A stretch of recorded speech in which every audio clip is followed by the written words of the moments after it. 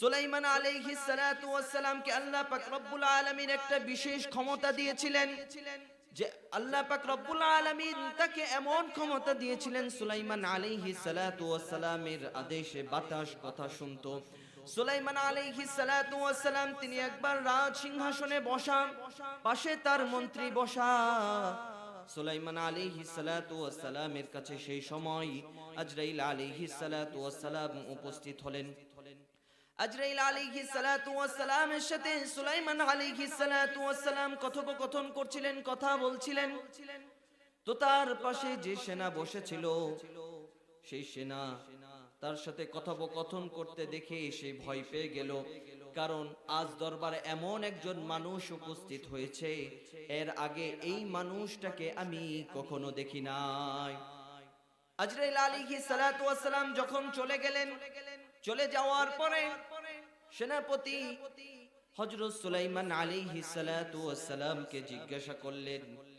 সুলাইমান আলাইহিস সালাতু ওয়াস সালামকে বললেন, হে সুলাইমান, একটু আগে আপনার কাছে যেই ব্যক্তি আসলো, এই ব্যক্তিটাকে দরবারে তো আগে কখনো তাকে দেখি নাই। সেনাপতিকে বলল সুলাইমান আলাইহিস সালাতু ওয়াস সালাম, একটু আগে যে এসেছিল সে হচ্ছে হযরত আজরাইল আলাইহিস সালাতু ওয়াস সালাম। সে আমার সাথে কথোপকথন করছিল, কথা বলছিল। তখন বলল যে যখন সে কথা বলছিল আপনার সাথে, তখন সে বাঁকা নজরে আমার দিকে কেমন যেন তাকাচ্ছিল, আমার খুব ভয় করছিল। তখন সুলাইমান আলাইহিস সালাতু ওয়াস সালামকে তার সেনাপতি বললেন যে আপনার কাছে আমি কোনোদিন কোনো কিছুর আবদার রাখি নাই, আজকে একটা জিনিসের আবদার রাখবো।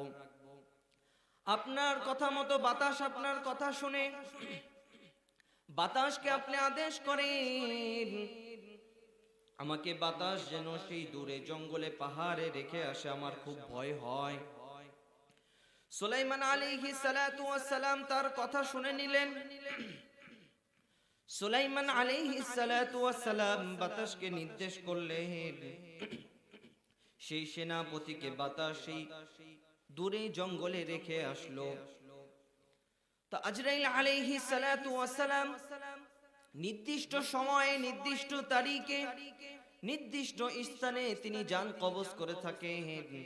তিনি সেই সময় সেই সেনাপতির জান কবজ করবেন অনেক দূরে জঙ্গলে পাহাড়ে। যার কারণে সুলাইমান আলাইহিস সালাতু ওয়াস সালামের সাথে যখন কথোপকথন করছিলেন, তিনি আশ্চর্য হলেন।